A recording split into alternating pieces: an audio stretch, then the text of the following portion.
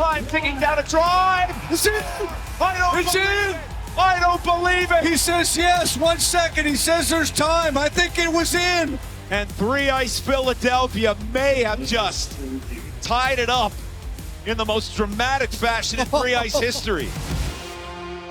Welcome, the Larry and Big Man Show, a very special edition as we wrap up the championship for 3-ice. I'm Larry Richert, host of the KDK Radio Morning News, two-time Stanley Cup champion and Sportsnet hockey analyst. That's Jay Caufield. Jay, we'll dig into the details. This is exciting, and we've had a chance and a unique opportunity to talk to the players and coaches and talk about the Patrick Cup in 3-ice. First, want to thank One Team Media's Brian Hess. He is the mastermind, and Mark Coddington producing. And also Dave Rourke, the Rourke Automotive Group, and Tom Grillish with Henderson Brothers. And Larry? And Zero Res Commercial. We appreciate their participation. Stick around. We'll give you a promo code. You can save a bunch of money. And everybody always likes to do that. So let's talk about 3-ice.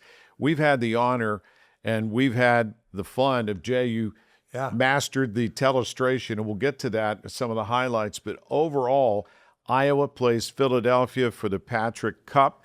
That's in honor of Craig Patrick, who's one of the founding members. E.J. Johnston is the CEO, the son of Eddie Johnston, who Pittsburgh fans know very well. So let's talk about the game itself. It was a thriller. Yeah, I really, again, you mentioned it, Larry, too, by the way, having access to the coaches and the players, and the players across the board all enjoy what they're doing, and so do the coaches. But this game, to me, had a mix of all of it. And it was a game in which Philly gave up early, 4-1. They were down 4-1. And we had a mix of everything. There was penalty shots, which they called jailbreak, and we talked about that, and we'll get into that a little bit more on telestration. But it went to a shootout. But it was a 4-1 lead with Iowa. They give up one, like around the 4-minute mark, roughly, and then John LeClair pulls the goaltender. And then we'll see some of that. But they come back and tie it. How much time was left on the clock? Yeah, 0.3 seconds to tie. They had to go to the replay. You talk about being that close to a championship. That's how close Iowa came. But how about John LeClair pulling a goalie on 3-on-3? I didn't even know that. I've never heard that happen, certainly in the NHL in overtime. Well, you do it his last ditch, and I think he had such a great game plan, and it just, you put the heat on. It is amazing to me how, and then they've always said the 2-goal lead in hockey is it's one of the worst leads. And you go, why would that be? But it happens, right? So 4-1, they give up a goal, makes it 4-2. Then the pressure flips. It just always goes that we can feel it. Like everything's going, you don't get the clears, you don't get it out of your zone, you don't take advantage of an opportunity. And then you had Philly just keep coming back at you. And they had the right guys on the ice, they buried it, and they take it to a shootout, which we haven't covered a game that had a shootout in it. So this was the first one of that kind. And they ends up with Philly and John LeClair being the winner. But again, this is a brand of hockey that we have Tyler Murovich on with us today here, and we'll get a chance to talk to him. But the skill set that you provide, you got to have the legs. You got to have the ability to finish. You got to be, again, great, high IQ and where to do. But we can find the breakdowns. It doesn't take much. Usually most of the breakdowns are probably bad decision, number one, but fatigue.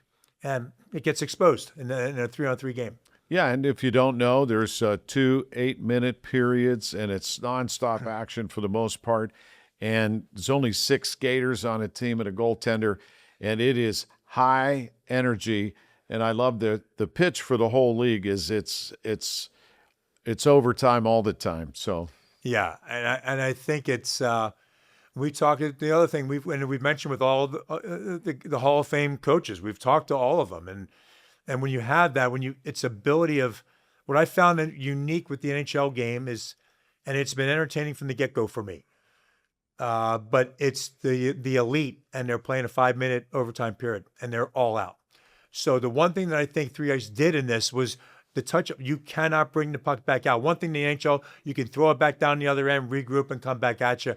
They don't allow that. So that might be some rule that we see the NHL maybe incorporate a little bit because it keeps all the heat down. But again, they're guys you can see. I mean, and plus the one thing about this, the dollars, they're playing for it, not only for the championship and what that means, also the money that's on the line. And they give it all out. They're all out on it. We got a great game here today. And they've had 95 million exposures worldwide Yep. to 3 ice. And we've talked to a number of experts like Pierre McGuire, and he agrees he foresees this becoming an Olympic sport too. So you want to dig into the details, Big Man? Yeah, and I still have been, just to add on about that Pierre McGuire thing, if this does make its way to the Olympics, all these players, the energy level goes, they realize there's an opportunity to do something that's not around, they haven't had the chance to, might give them all a look. And yeah, we're going to get a look at some of these goals, not all of them. Iowa had a 1-0 lead. You're going to watch Philly come right back at it. Let's take a look at this play, and you'll see this is going to be Smerik right in the corner right here, right? He's got full control of the puck. Again, we talk about 3-on-3. It's man-on-man. Watch when he spins to the wall right here. That's it. You still got him. Now they've got everything. You want to push it all to the outside if you can, right? There, you got a coverage in the middle as well. There's your 3-on-3, but this is a big gap right here. Smerik's going to see it, and he's going to find Vanderbeck, right, with this one feed, and right there. That's probably, you're given a lot of room, but still, you got him out. You're going to close right here.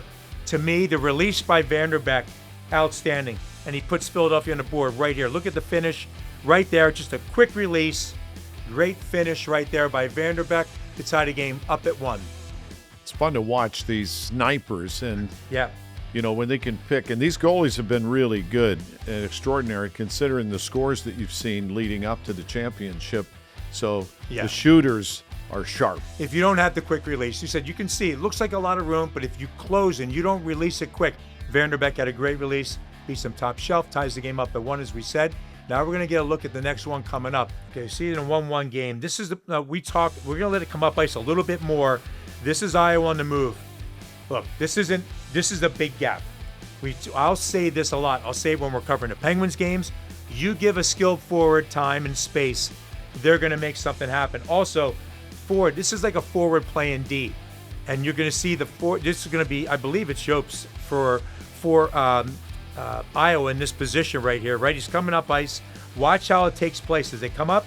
Again, I'm going to harp on it right here, but this is like a forward playing D. And Jobs takes full advantage of it right here, makes a great move, steps around him, and an even better finish. Larry, you don't see that. But again, so many times I will say, when you have a forward playing defense and a forward coming down and they know it, but 3-on-3 is different. Who's the D, who's the forward? They're probably interchanging right there. That looked like more like a forward trying to play D. And Jobs took full advantage of it and buried it right there to make it 2-1 Iowa. That was pretty impressive, the light touch to leave it and score, and here we go. Yeah, here we go. So now, again, Iowa off, it's 2-1. Let's get a look at goal number 3 for Iowa right now. This is the jailbreak. Okay, we talked about before, the guys can't leave until the forward touches the puck. He jumps on it. Now as he's coming up ice, right here, it's big. Once the save, if it's a goal, that's it. Makes it 3-1 or 2-2 Philly. If it's live, the save is made. Murovich is going to come in and pick up the rebound right here. Now what's going to be, I love this play, how Murovich is going to do a little, just very patient, and lets the defender swoop in front of him. He gets by him right here. So great patience in that spot. A little bump back right there. And when he bumps it back into that position, this is going to be Carter Camper coming up. And the same thing. Watch the move he makes here. Again, just kind of opens up a little, again, to me, this is just skill, right? Right in that spot. There he opens up. Now he's off. Now it's 2-on-2. No problem, right? If you are Philadelphia, there's no problem. It's a 2-on-2. It's decision-making time. They come up the ice, right there. Murovich is starting to jump, and the defender for Philly steps up. If you're going to step up, there has to be communication of a slide over. That's not there. There's too much room. Once this forward steps up in that position on Camper, he makes a great little feed to Murovich right there, and an even better finish. And you can look right here. Watch the reaction. Again, you can see the reaction of Smerik, like everybody, like bad communication. That basically was the cause of that. You get in the neutral zone, purely you have to communicate. Is there a gap? If there's a switch, you have to be in sync. That didn't take place. Philadelphia, or rather Iowa, takes a commanding lead right there with the Murovich goal. Now it's 3-1 Iowa. They're feeling pretty good, and Murovich strikes again. Yeah, he's going to do it one more time. We talked about his speed, or quickness, and taking advantage of an opening, and he does this every time. Let's take a look. Murovich, nothing more than him in the corner right here. And it's really 1 against 3, right? If I'm looking at this, it's 1 against 3. That's what they got. And you got your guys coming late. Once Murovich comes around the net, you're going to watch how they peel off. Like if you're Smerek right here, he checked them off right here to that forward. But watch what happens when you peel away. Both guys go each way, and Murovich quick spins, jumps on the opportunity right there. 4-1 Iowa over Philadelphia in full control. Again, it's speed, it's jumping on opportunities, and it's finishing. Great job by Murovich. How did he squeeze that in there? No, I know.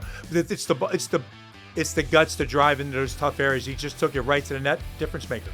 Now you're wondering, okay, how does this end? How do we get to a 0.3 second tie at the end of regulation?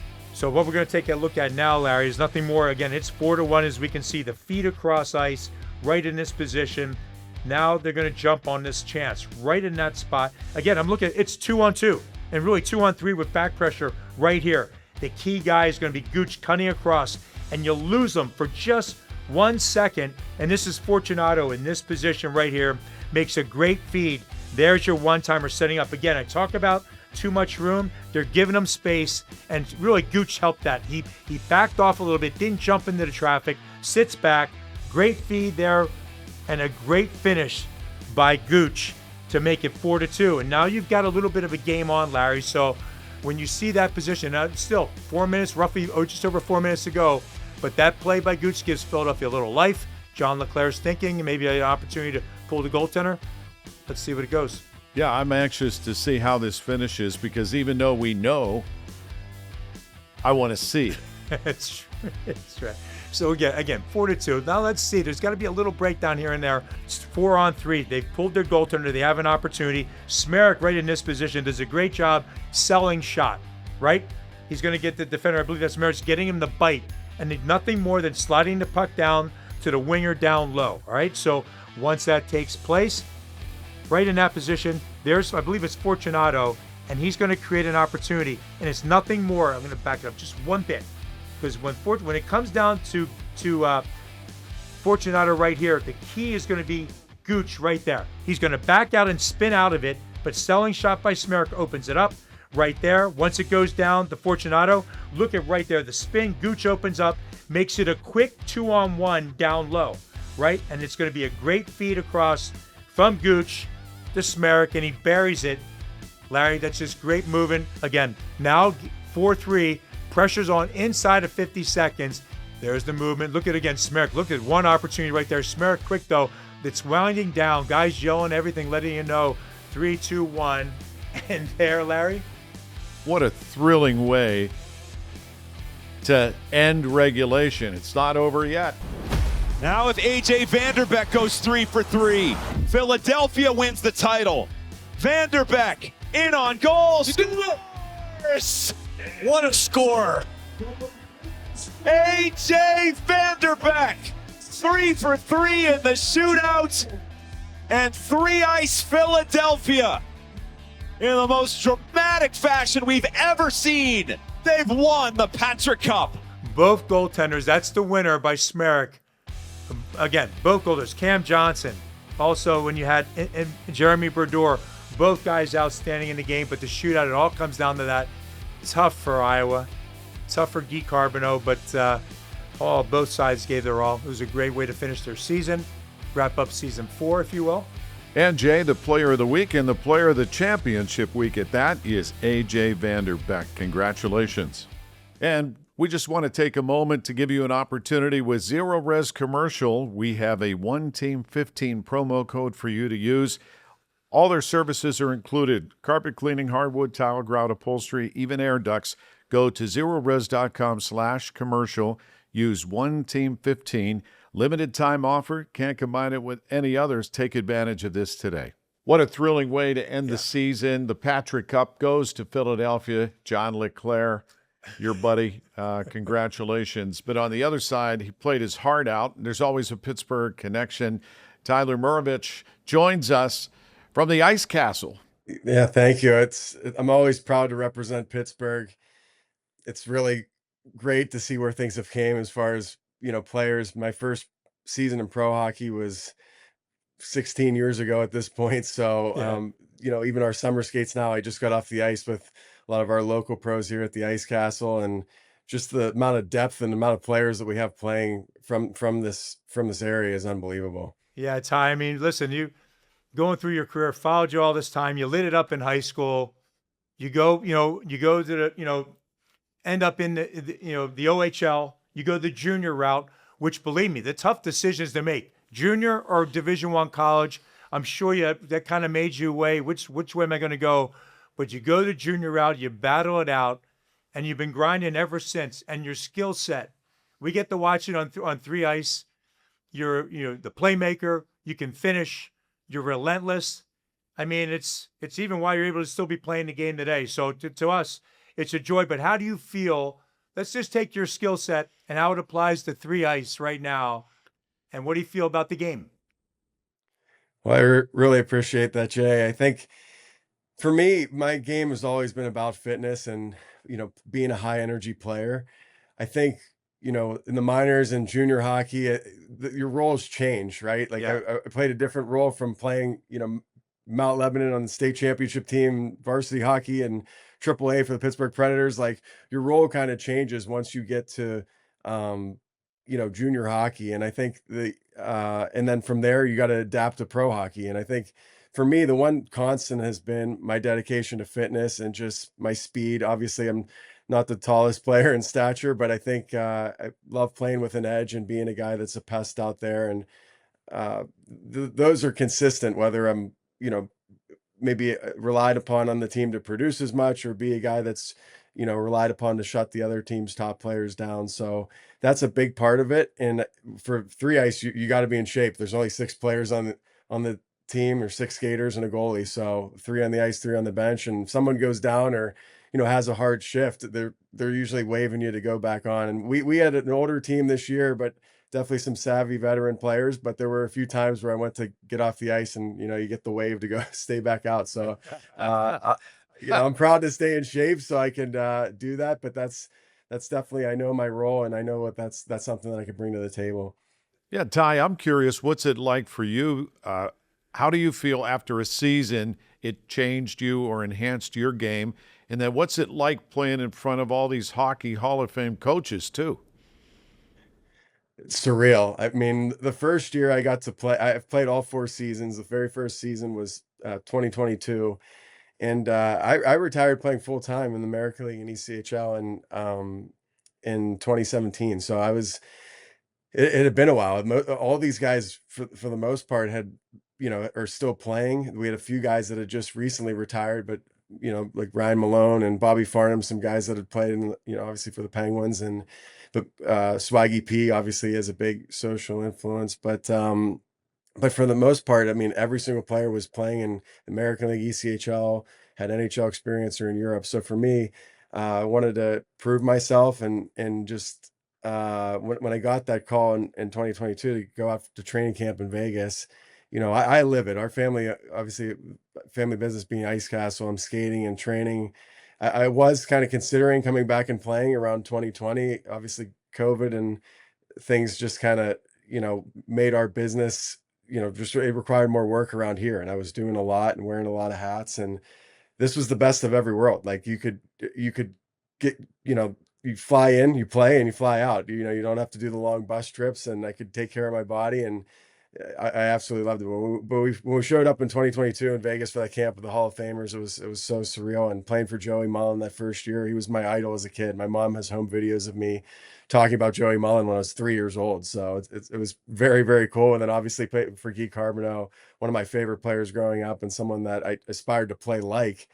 It's still, it never gets old. Every time they ask me to play, obviously for the last 4 years, it doesn't get old. Yeah, I kind of love hearing the way you talk about it. Every player we've had on has felt had such a good feeling about it and the ability to do it.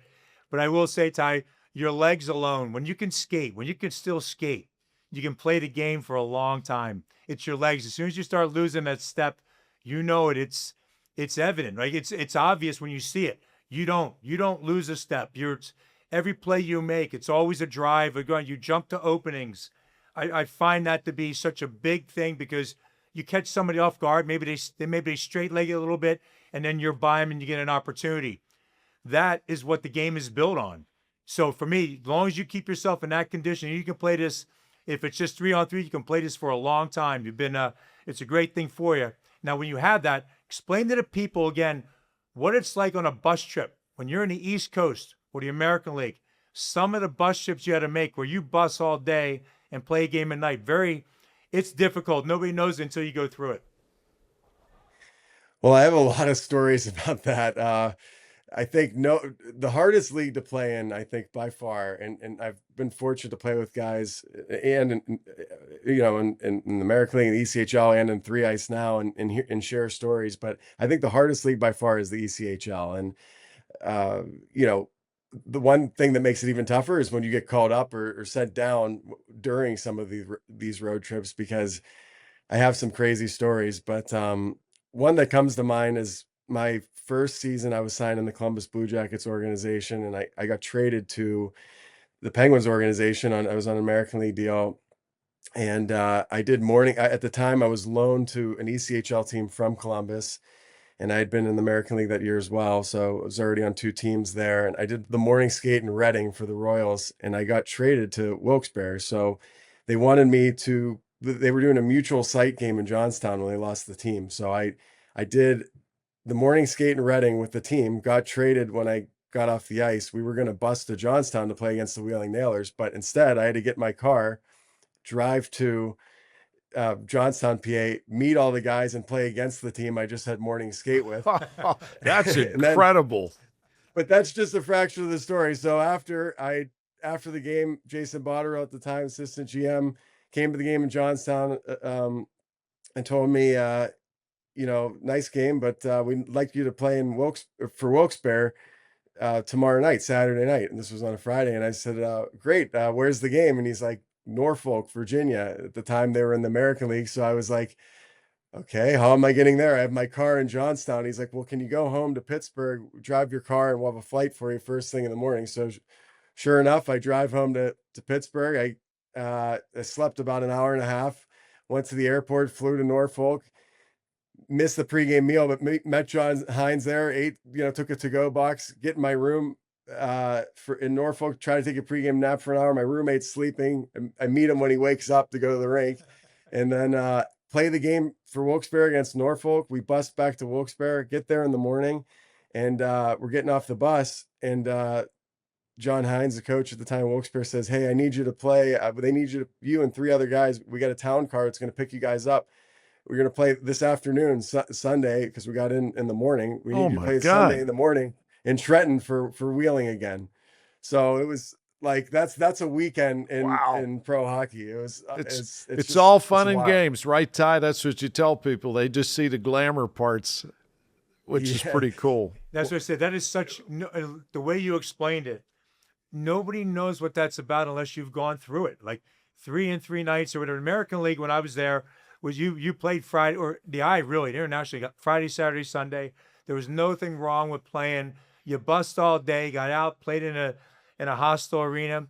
But I think your story right there, Ty, it tells you what it's all about. It's one thing when you're going up to. What a great thing when you're feeling you're going up to Wilkes-Barre, and it can be a grind when you're going back down a little bit. That takes a toll too. Definitely. I could tell countless stories that are like that. I mean, getting called up, and I got called up from Orlando once, and every flight was delayed because there's weather up north, and it was over the holidays when a bunch of people were, traveling with their Mickey Mouse ears coming from Disney, ended up flying to Milwaukee. I got called up to Iowa and had a town car pick me up, and, drove me, and I got there right before the game, meet everyone, jump on the bench.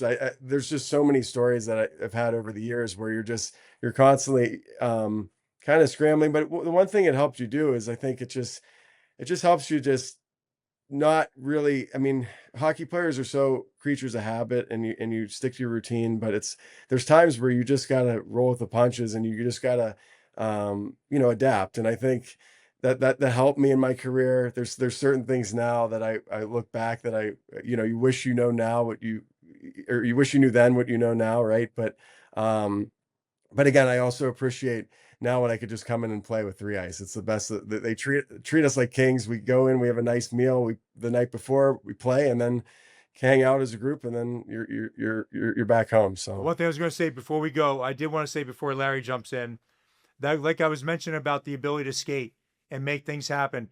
You had a long career, and to be able to do that, and still, it's not easy. No matter where it's at.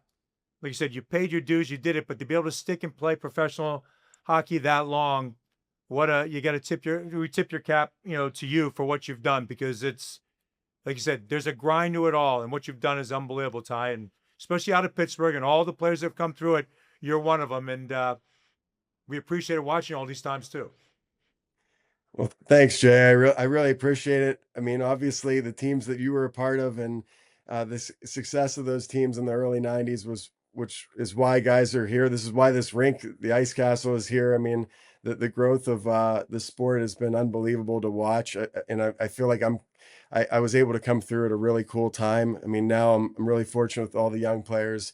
Obviously, we have our summer league here with, Logan Cooley, LJ Mooney, all these unbelievable young players. The list goes on and on that just have helped me, and the older guys that have been here as well. Xander Kukali that skates with me. He's played for the Wheeling Nailers last year. I mean, he trains with me every day throughout the winter until he left kind of later during the year. But those are the guys. All these guys around me have helped me. I wouldn't be able to play as long as I did if there weren't so many guys around in Pittsburgh. So it's kind of the history of the game, and guys just sticking with it in town has allowed me to extend my career.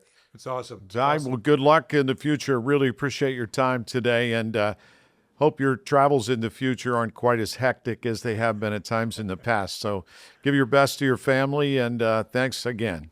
Thanks, Ty. I really appreciate it, guys. My pleasure. It's been a thrill and, frankly, an honor to cover 3 Ice in this season. We want to thank everybody involved, E.J. Johnston, the CEO, and what a thrilling way to end this year. No, I really felt the same way. I mean, I have access to the coaches. We had a chance to talk to them, how they feel about the game, where it's headed. The players are outstanding to talk to. I feel the same way, Larry. And so we want to thank One Team Media's Brian Hess, Mark Cunnington producing, and the extra work they did so we could see Jay's magical telestrations. Yeah, listen, also the Rourke Automotive Group. Can't thank you enough, Dave. There we talked about the Rourke Advantage. We also, their new building in Canonsburg, outstanding. Get a peek, get a look at it, state of the art. And Tom Gross with Henderson Brothers. Thanks, Tom. Larry, a little bit more about Henderson Brothers. Yeah, Henderson Brothers, not only for your business, most importantly for you and your family. They offer a lot of services. Check them out at hendersonbrothers.com. And Zero Res Commercial, go to zerores.com commercial. Use the promo code ONETEAM15. Get 15% off all their services. Please take advantage of this. Check it out for your business. Here we go. We've got hockey season around the corner and NFL football next time. Follow us on social media, especially on YouTube. Subscribe, and we'll see you next time. The Larry and Big Man Show, and that's a wrap.